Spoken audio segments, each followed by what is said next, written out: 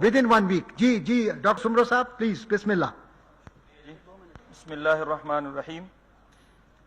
پہلی گزارش یہ ہے کہ ہمیں جب ہم تعلیم کے حوالے سے سوچتے ہیں تو سیکولر بن کے نہیں سوچنا چاہیے، مسلمان بن کے سوچنا چاہیے.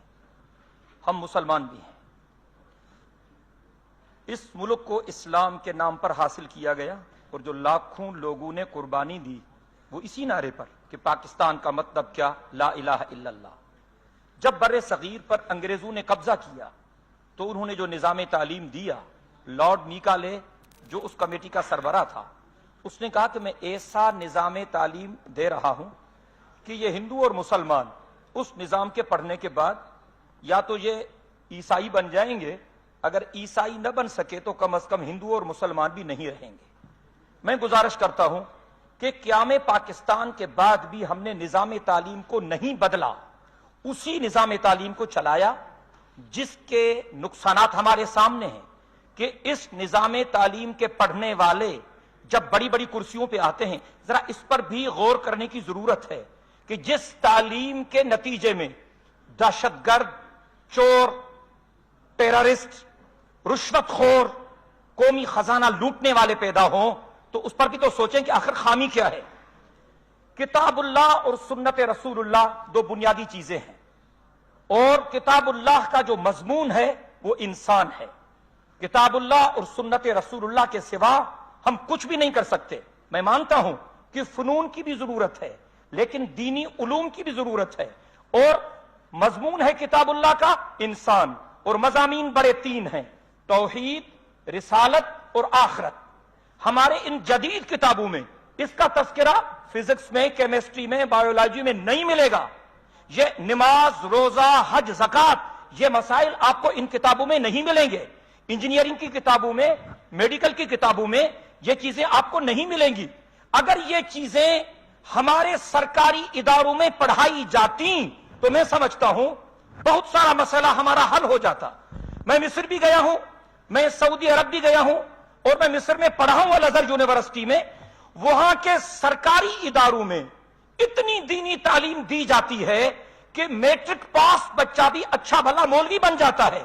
یہاں پر سارا نظام الٹ ہے، اس لیے پورے نظام پر نظر ثانی کی ضرورت ہے. نمبر ایک. دوسری چیز یہ ہے کہ فنون، یعنی یہ انجینئرنگ، یہ میڈیکل، یہ فلان فلان فلان، یہ فنون یہ زندگی کی ضرورت ہے، اور دینی علوم یہ زندگی کا مقصد ہے. ہمیں پڑھایا جاتا ہے کہ آپ کا ایم آف لائف کیا ہے. ہم کہتے ہیں یہ ہم ڈاکٹر بنیں گے، انجینئر بنیں گے، میں جی فلان بنوں گا فلان. اسلام کیا کہتا ہے کہ ہماری زندگی کا مقصد صرف اللہ کی رضا ہونی چاہیے.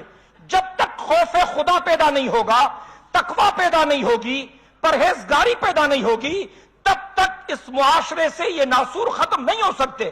میری ایک بہن نے کہا کہ بچیوں کی تعلیم واقعی بہت بڑا مسئلہ ہے، تعلیم کی اہمیت ہے.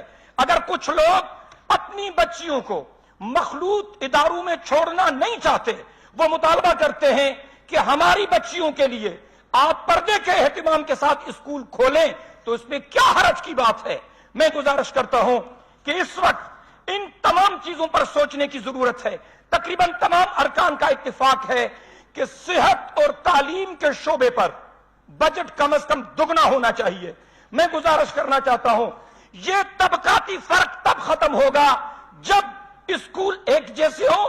جس اسکول میں صدر مملکت کا بیٹا پڑھے، غریب کا بیٹا اسی اسکول میں پڑھے.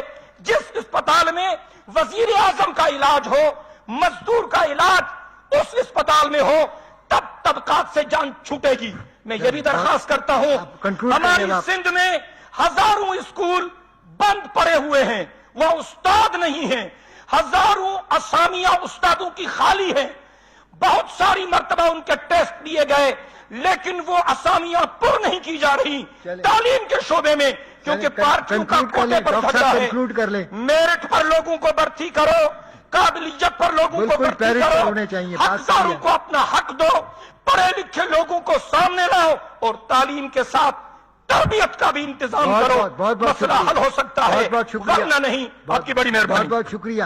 بل تو لے کے میرا خیال ہے سورہ یوسف شروع ہوتی ہے. ہم نے یہ کتاب عربی میں اتاری تاکہ تم اس کو سمجھ سکو.